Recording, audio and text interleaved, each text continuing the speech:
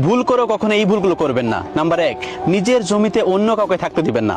নিজের জমিতে যদি অন্য কাউকে থাকতে দেন তাহলে কিছুদিন পরে সেই জমিতে চাহিদা জন্মায়, তার আবেগ জন্মায়, তার ওইখানে বিভিন্ন রকম চাহিদা সৃষ্টি হতে থাকে এবং তার প্রতি অধিকার জন্মে যায়। সেজন্য কখনোই নিজের জমিতে অন্য কাউকে থাকতে দিবেন না। আপনি যদি আপনার জমিতে আজকে অন্য কাউকে থাকতে দেন, দেখবেন ওই জমিতে তার এত পরিমাণ অধিকার জন্মে যাবে, একটা সময় আপনি তাকে তুলতে পারবেন না। সেজন্য নিজের জমিতে কখনোই কাউকে থাকতে দিবেন না। নাম্বার 2, ডকুমেন্ট ছাড়া টাকা ধার দিবেন না। টাকা ধার দেওয়া মানুষের অনেক ভালো একটা কাজ, একটা ইবাদত, কিন্তু প্রপার ডকুমেন্ট ছাড়া কখনোই টাকা ধার দিবেন না। সবসময় মনে রাখবেন, সেই মানুষের যে পাল্টি খাবে না এর তো কোনো গ্যারান্টি নেই। সেজন্য প্রপার ডকুমেন্ট ছাড়া কখনোই কোনো মানুষকে টাকা ধার দিবেন না। নাম্বার 3, নিজের এনআইডি দিয়ে কখনো কারোর সিম তুলে দিবেন না। এই ভুলটা যদি আপনি করেন তাহলে বড় একটা বিপদে পড়ে যাবেন। কারণ কি জানেন, এখন নিট কার্ড দিয়ে আপনি একজনের সিম তুলে দিলেন, সেই মানুষটা যদি ক্রাইম করে, এই ক্রাইমের মধ্যে কিন্তু আপনি জড়িয়ে যাচ্ছেন, সে কিন্তু জড়িয়ে যাচ্ছে না, আপনি তাকে সিম দিয়েছেন। কোন একজন মানুষকে সে হুমকি দিয়েছে বা কোন একজন মানুষের কাছে অসৎ উপায়ে টাকা চেয়েছে, কোন সিম দিয়ে চেয়েছে, আপনি যে সিমটা তুলে দিয়েছেন।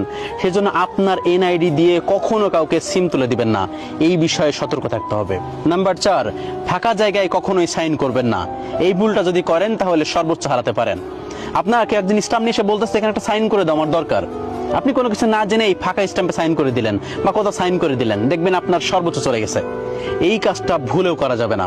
সবসময় মনে রাখবেন, সবাই কিন্তু আপনার শুভাকাঙ্ক্ষী এটা না, আবার সবাই যে আপনার খারাপ চাই এটাও কিন্তু না। কিন্তু হ্যাঁ, অধিকাংশ মানুষই কিন্তু খারাপ চাই। ভেবেচিন্তে নেবেন, কখনোই ফাঁকা জায়গায় সাইন করবেন না, দ্বিতীয়বারও না, প্রথমবারও না। এই ভুলটা কখনোই করা যাবে না। নাম্বার 6, কখনোই নাবালকের সম্পত্তি কিনবেন না। আপনি যদি নাবালকের সম্পত্তি কেনেন তাহলে কিন্তু সেই সম্পত্তি আপনার দ্বারস্থ যাবে না, আপনার কাছে পৌঁছাবে না। নাবালকের সম্পত্তি তখনই আপনি কিনতে পারবেন যখন ওই নাবালকের বয়স 18 হবে বা 18 হওয়ার কাছাকাছি, তখন আপনি কিনতে পারবেন। কারণ কিছুদিন পর 18 হয়ে যাবে, সে ওই জমির পর প্রপার ডকুমেন্ট দিতে পারবে, প্রপার দখলদারিত্ব দিতে পারবে।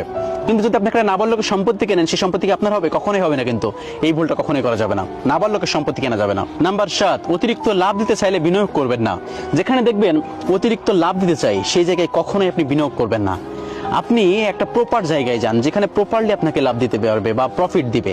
কিন্তু এমন এমন ব্যবসা আছে যেখানে বলে আমরা প্রচুর প্রফিট দিব, এমন জায়গায় আপনি বিজনেস করতে যাবেন না। এমন জায়গায় কিন্তু ধরা খেতে পারেন, আপনার টাকা নিয়ে এসে চলে যাবে, উদা হয়ে যাবে।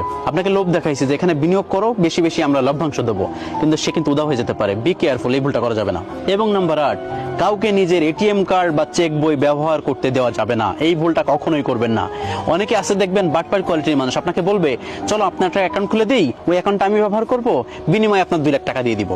এখন আপনার ওই অ্যাকাউন্টে বিভিন্ন বৈদেশিক কারেন্সি নিয়ে আসবে বা বিভিন্ন অসৎ উপায়ে যে টাকাগুলো আছে সেই টাকাগুলো ঢোকাবে। এই কাজটা আপনি ভুলেও করবেন না জীবনে, যদি আপনি ভালো থাকতে চান, সুখে থাকতে চান। না হলে কখনোই যদি আপনার ওই